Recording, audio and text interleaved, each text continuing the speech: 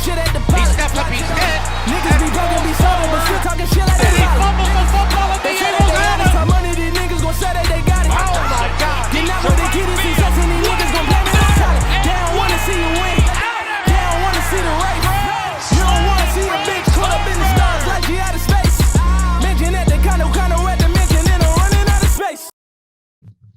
Let's go. Welcome to episode 20 of the City of Brotherly Love Sportscast.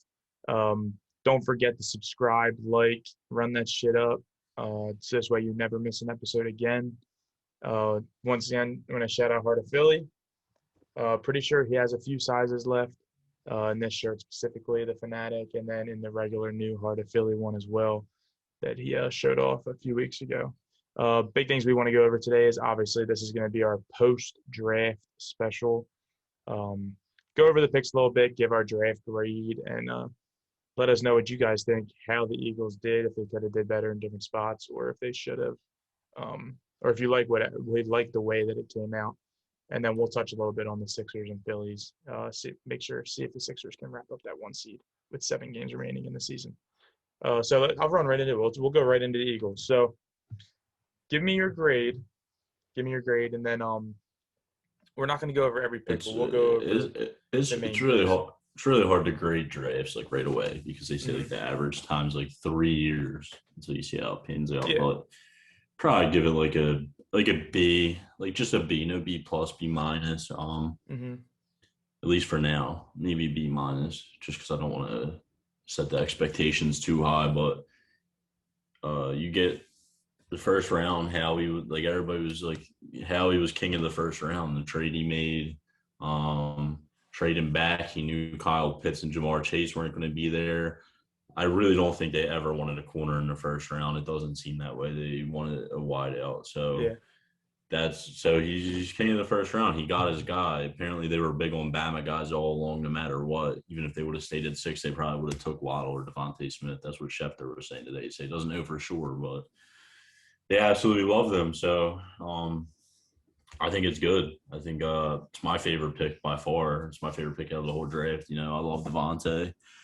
Can't fucking wait for him to be here. He's an underdog. Personally, I mean, I know Jamar is supposed to be like this freak athlete, but I still think, like, I don't even care about Devontae's size. Not even because he's an Eagle. I've just been such a fan of him. I still think he's the best receiver out of the draft. My opinion hasn't changed on that once since day one. I said maybe Jamar, and I can give Jamar the nod, but he's number 2 in my opinion. Like the Dolphins taking Waddle at 6. Yeah, that was crazy. It was wild. I don't think the Dolphins – I think the Dolphins were – I was surprised they didn't go Sewell. They need – and they which was my biggest surprise there. Yeah. Yeah, they need more they need more protection. I think their line is all right, but they need more protection for Tua because his health has been a concern the last couple of years coming out and then finally coming into the NFL. But they also could use that burner, and that's what Waddle is. He's a burner. He's good over top. So, I mean, it's not a horrible pick. I was just shocked at all people Waddle right there. And then the Sewell ended up falling to the Lions, which is fine. Stafford's probably ecstatic with that, or Goff is ecstatic for that. Yeah, that was a great pick. I'm the same way. I think Howie finally got out of the mindset of let me try and be the smarter person in the room, and just went SEC. Fucking finally. Draft. Obviously, it's been proven that drafting out of the SEC, you get the best players.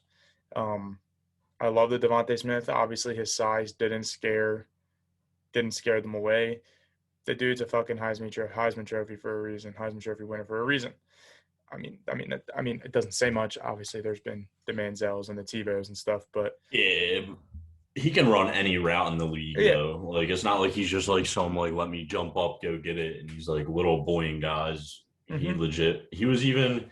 There was a video I was watching the other day of Baldy. They had Judy last year, they had Ruggs, and they had Waddle. Guess who was still drawing the double teams? Devontae Smith. I've been saying this guy's been the best receiver on that team for the last 2 years.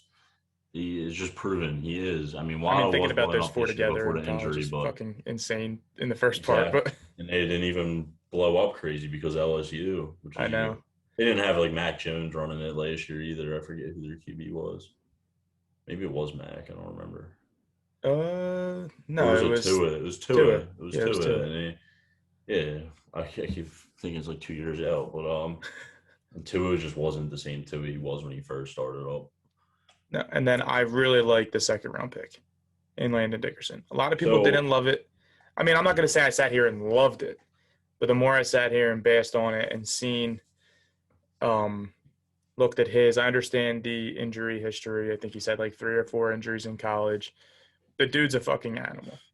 yeah, so there's a lot that comes with him. It's honestly, it's a high risk, high reward type pick, Yeah, which the exactly. Eagles love. But I've seen people comparing it to Sidney Jones. I don't think it's anything like Sidney Jones. I know an ACL is a big injury, but it's not this dude coming off an Achilles, not knowing how he's going to run again. I feel like you're more likely to come off an ACL better than you are an Achilles. You know what I mean? I'm not saying it's great either way, but he also tore both his ACLs. He tore his first one was his, I think, left knee his freshman And then he tore year, it in the SEC championship. and then he tore his opposite knee now, which is scary. But he's came off these injuries and he's still a beast. So Yeah. who's to say one? I mean, there's always that they build up and eventually you do be.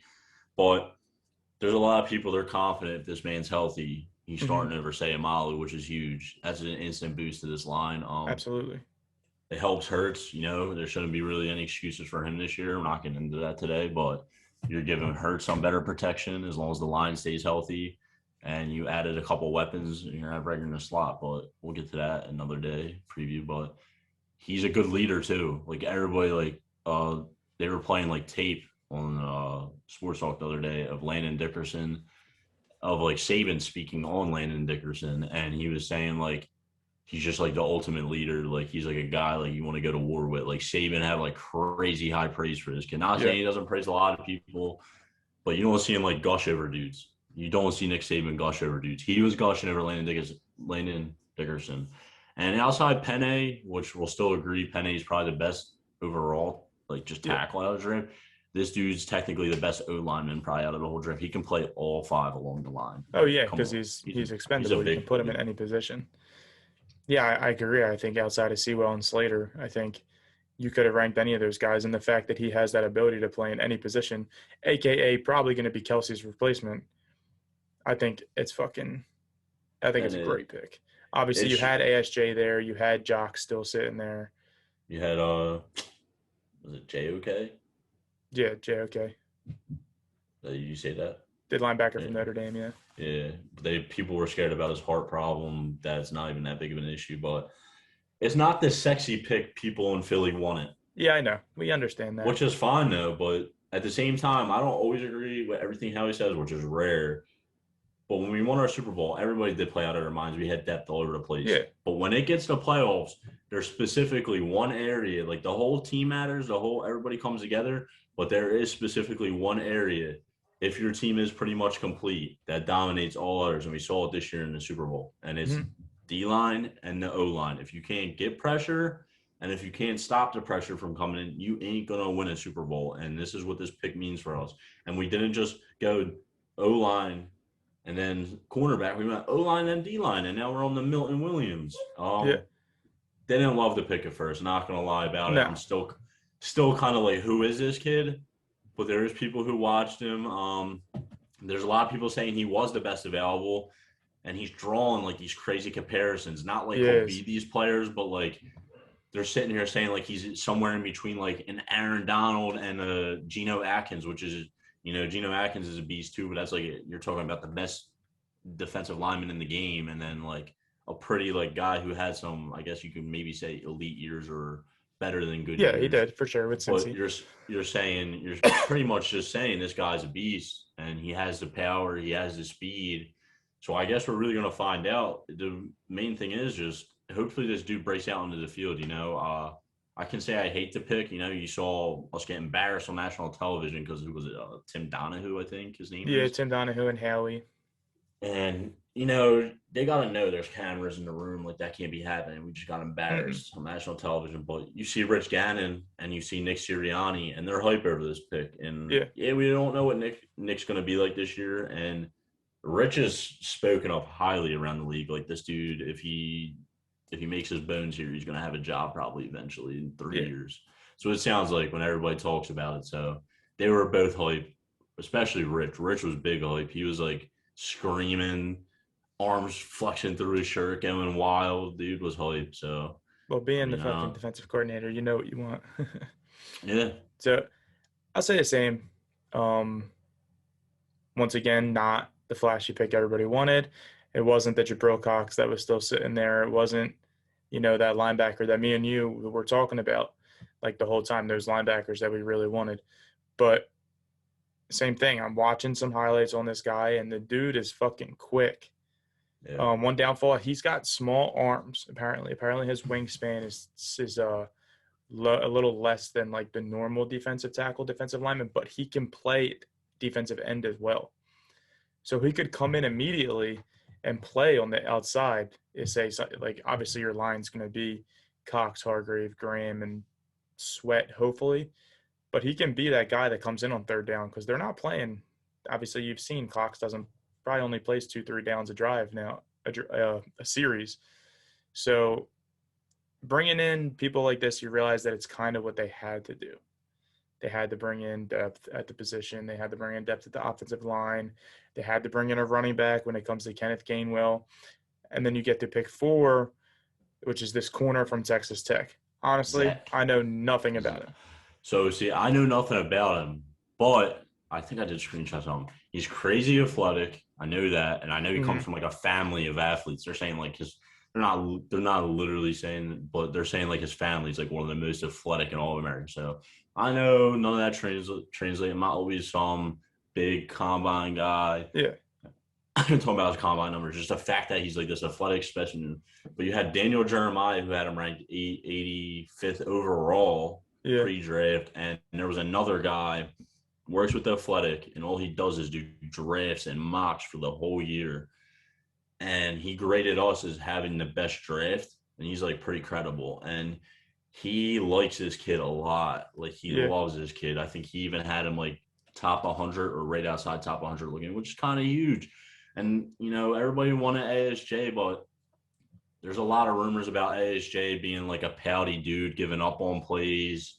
He's Which small. just like his he's dad. He's like, he locked down the field, though. Well, he did. And he had a lot of interceptions, but this dude is 5'9", ASJ's 5'9", 5'10". I think this dude's like, I think he's like 6'1", 6'2", and Gannon loves the bigger corners. He's 5'11". I do have a stat. You can go on and talk now. You got Zach. He's 5'11", 191. I'm going to try to find the stat. He led Texas Tech in interceptions, so he was their go-to guy. He got all Big 12 first team selection, so like he's not this no-name corner. Okay, see, I got it. Here we go. Okay, I'm sorry to cut you off. So highest graded cornerbacks in coverage this season. I don't even know his name. Travius Hodges, TCU. He was an 89.1. Then you had Marcus Jones, Houston. He was an 88.9. And then you had Surtain, 88.6. And then you had this kid. Is it Zach or Zach? Like I think it's Zach. Yeah, he said it's Zach. Yeah. Zach McPherson, Texas Tech, 85.7. And then the other stat is highest graded cornerbacks versus Power 5 wide receivers over the last 2 years. Mm-hmm. You got Surtain, 1. And then you got Derek Stingley Jr. from LSU. He's 2. He's going to be a top 5 pick. They're both 91s. And you got Caleb Farley. He has the back injury, so I'm glad we honestly steered clear. And then you have Zach, and he was at a 90. So he was only a whole 1.3 off of the top guy and a whole 1 off the second top guy. So he's and that's I guess it's Pro Football Focus for college or draft. I don't really like Pro Football Focus that much. I'll use some of their stuff from time to time. I just take it with a grain of salt. But try to stay away.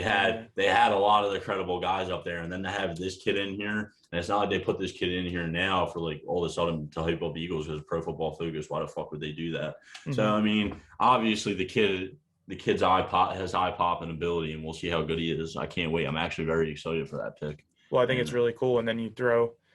I love the idea of having like obviously.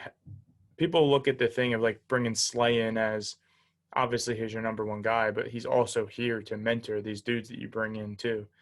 So if any kind of Slay's game can transform into his game, it's a whole different addition and refinement that he can add to his like play style. and then just like hopefully this kid can start and play already. I know like Yeah. corners you kind of can. I feel like jump in. I feel like safeties is a little harder. Mm-hmm. We'll get into that pick later, but Avonte Maddox sucks on the outside. It is what it is. Like I Mm-hmm. like Maddox, but he hurts my eyes to watch him on the outside. So to be able to now put him in the slot probably and this Yeah. dude out on the outside and then Slay on the outside and hopefully this kid can kind of hold his own, it's going to be nice. It's going to be real nice. It could be nasty, yeah. And then, so Kenneth Gainwell, I really like this pick. It reminds me of, honestly, he's a better Boston Scott, realistically. Yeah, he's faster. Yeah. He breaks tackles. Catches the ball better. He makes dudes miss. Mm-hmm. And I feel like I was watching. He blocks pretty good, pass blocking. There's that video of him taking Mika Parsons on. Yeah. My biggest thing is he did opt out of 2020, so he didn't play last season. So he's coming off of 2 seasons not playing. But when he did, I think he led Memphis in touchdowns. That's in 2019. Obviously, he was their starting running back. He had let me look. I think I have it right here. I thought he had like 1,400 yards. So yeah, he had 1,460 yards and 13 touchdowns, plus 4 more touchdowns. Wasn't he like the leader for all running backs in that conference? Yeah, I think something like that at that point. But I think he's prime time. This pushes Boston Scott down to 4, and then if you can run a Gainwell, Jordan Howard behind Miles Sanders, then that's fine. I'm happy. That's with that. if Howard makes the roster. That's if they decide, because you know how Philly is. They'll keep guys like Boston Scott on the roster because you know what he did for us, type shit. But Jordan Howard, he's just been bouncing around. Let's see if he can, Find his way back. Power through and be the way that he was when we took him from the Bears. The Bears the first time.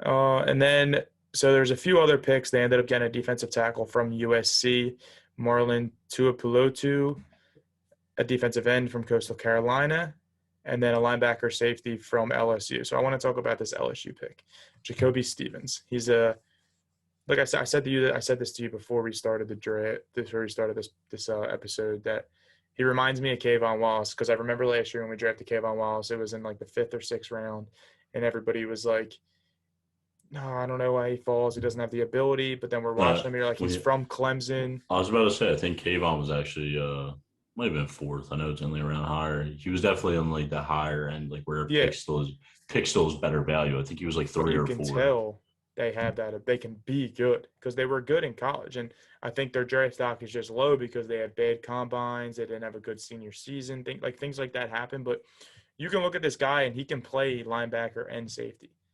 I think he's a little too slow to play safety, but I'm fine with him playing linebacker. That's completely fine. If you line him up there and then he plays more of like a spy position type thing, if he's a little quicker. But I mean, I like this pick. He was 3rd in the FBS in fumble recoveries. He had 4 sacks, 4 passes defended. My biggest thing is, so when they did announce him as a linebacker. So that's probably most likely where they're going to try and drop him in there. Yeah, and then they had the linebacker out of Tulane. Was their last pick of the night. Finally taking linebackers, but all of it in the draft. But Stevens is coming from a big school, so maybe it will help. Good defense. Guess we'll find out. I like the kid. I like the pick. I was watching some of his highlights. He seems like a beast. Mm-hmm. Time will tell, though. Yeah, like you said, it's going to take a solid 2 to 3 years to really know your draft grade. And I guess we'll see. But I think they did well. I think you get them a B-. I'm giving them like a C, B- as well, just because of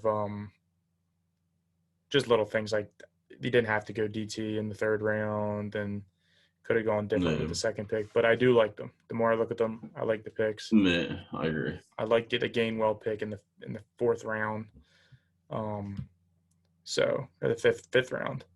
So we'll see how it goes. We'll let it play out. And as the offseason comes along, we'll continue to talk the Eagles, but let us know what grade you give them for this draft. Blake gives them a B. Blake gives them a B minus. I give them a C, B minus as well. So let us know. So moving on from the Eagles, let's talk a little bit about the Sixers. So last night they extended their lead to 1.5 games over the Brooklyn Nets after the Nets take back-to-back losses to Giannis and company. There's 7 games remaining in the season. Our 7 games very easy with a Heat and a Raptors game thrown in there.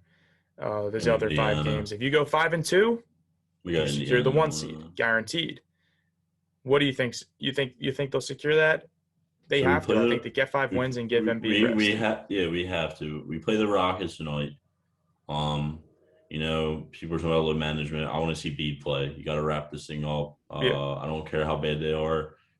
Throw a beat in, even if it's the first half, and you go up 20 early. Maybe they play you tough all of a sudden. Sometimes you never know with bad teams. You overlook competition.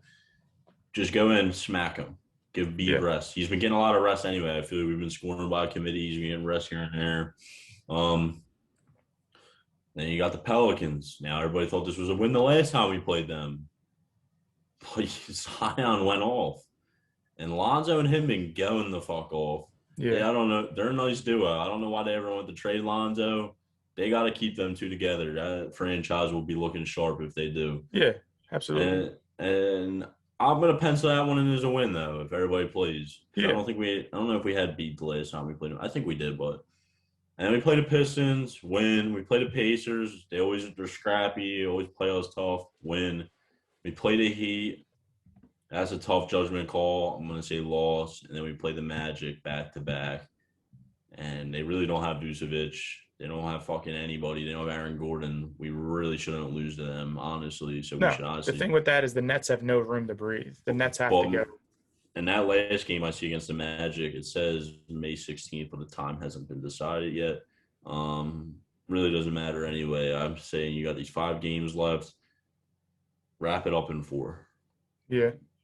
I don't think I think we'll win 4 of the next 5. Well, 7 games remaining. 7, yeah. I was counting. So just give me 5. I mean, 5 wraps up the first seed because you have a game and a half on them, but it's really 2 games because you have the tiebreaker.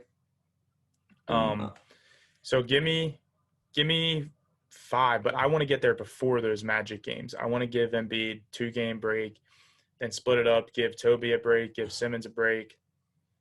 Because it's looking like right now the play-in game might not be – it's not going to – the first round's not going to be an easy series.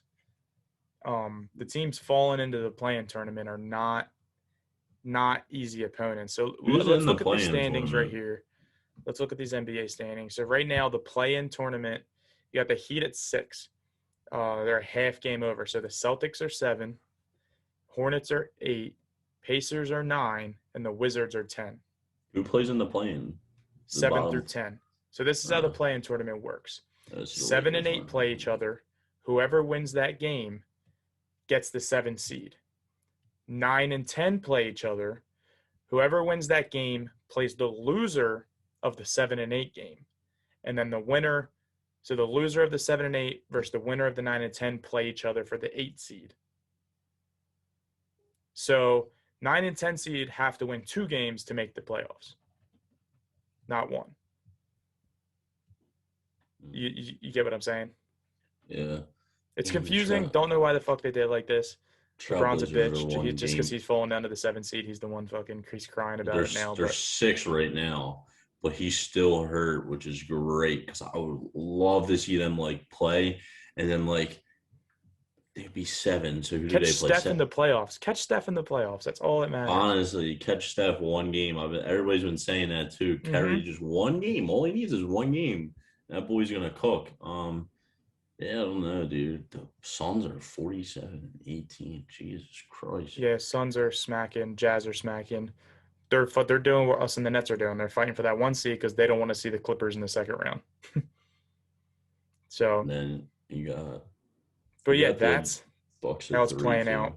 I personally, looking at the schedule, I think we end up wrapping it up 4 games from now. I think before even the Heat, we wrap it up because I think the Nets are going to lose another game or 2. And they got to go 7-0 for it to be for them to really push on our back. You know what I mean? Yeah. But we're in a good spot. They're winning these games they need to. They're winning these close games in previous seasons, as we talked about, that they didn't win before, and they're getting the job done. I really like what I'm seeing from this team, and I think if they can catch fire right now going into the playoffs, I think we're looking good, bro. We're looking good. Yeah, we need to catch fire. We need to go on a win streak here to boost our confidence. So, same thing. Let us know. Will they wrap up the 1 seed or will they not? This time next week, they'll have 3 games left in the season. So this time next week, we'll have better gauge on what we think. Maybe they'll have the 1 seed wrapped up.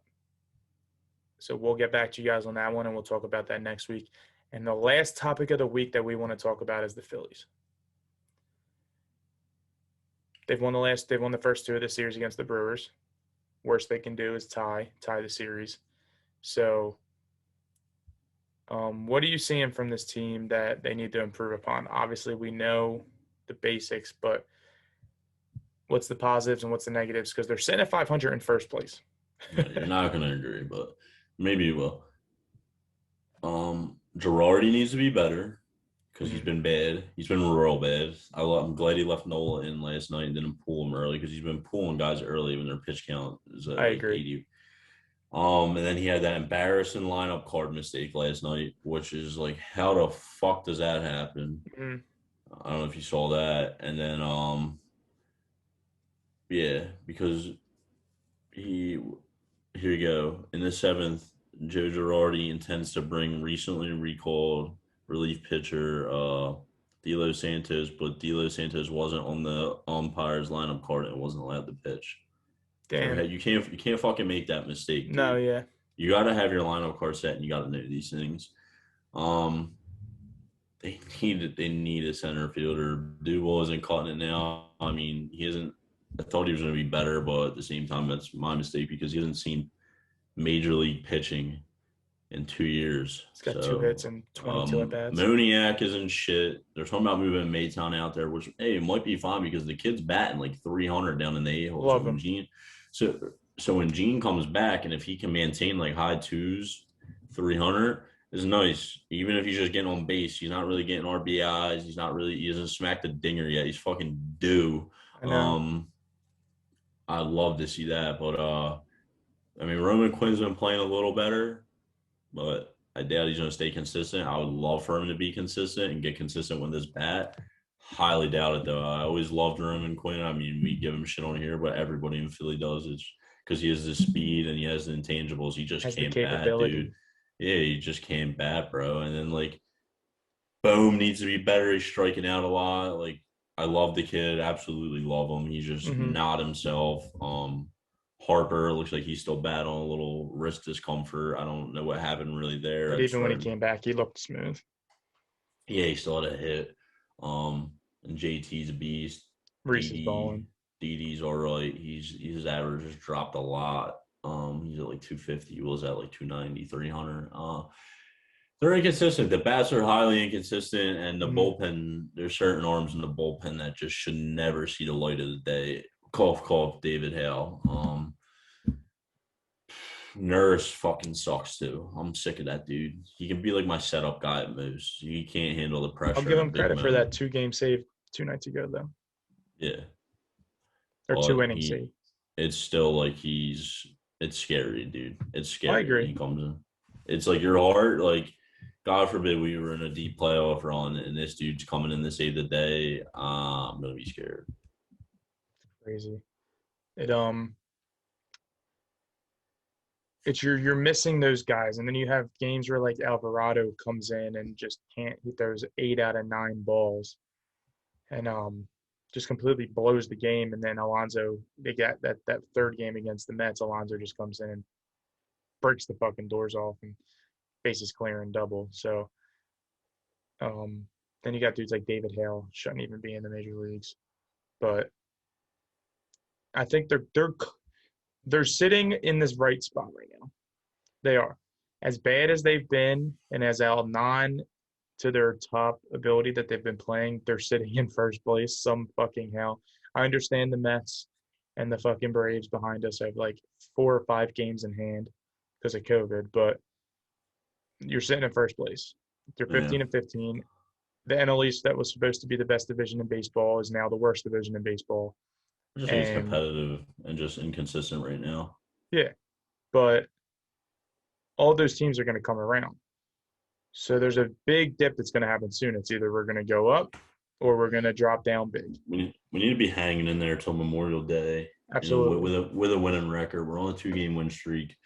I mean, Chase Anderson's going tonight. He hasn't been horrible. It's like every pitcher has one bad inning, and it's always the early in the game. Mm-hmm. If he can just get that under control, settle in, have a nice game tonight. You know, Milwaukee, for whatever reason, did have like the best record in that now, and they might not now because they were up there. They were this is a good series for us. They were leading the Central actually, but what was it, only a three-game series against them? I know sometimes it's weird. It's 4. Yeah. Well, I would love to win tonight. You know, I don't think we're gonna win all 4 against them, but if we win tonight, I think then we'll have Wheeler game 4. So you'll have Wheeler game 4, and he'll look for a better bounce back. His last game was okay. I think. Next game's Wheeler with worse Woodruff, so I would love to get tonight.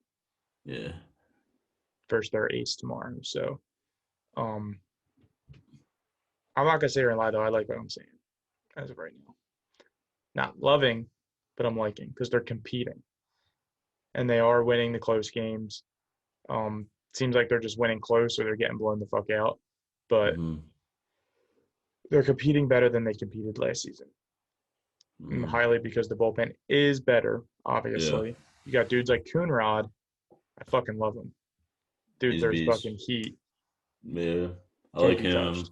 Brogdon's been good still, even after that one blown one blown inning, which happens. It's all about how you bounce back, though, and he's bounced back great. I think he's been out there 2 other times now, and he's been good.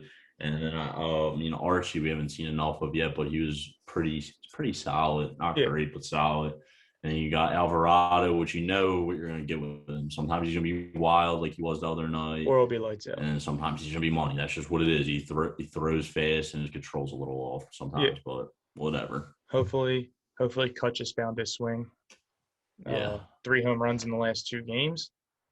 So I like it, including 2 leadoff home runs to start the games. But we'll see how it goes. Bats need to come around. Starting pitching needs to get more consistent. Bullpen needs to be more consistent. And obviously on the coaching end, Girardi's got to be fucking smarter.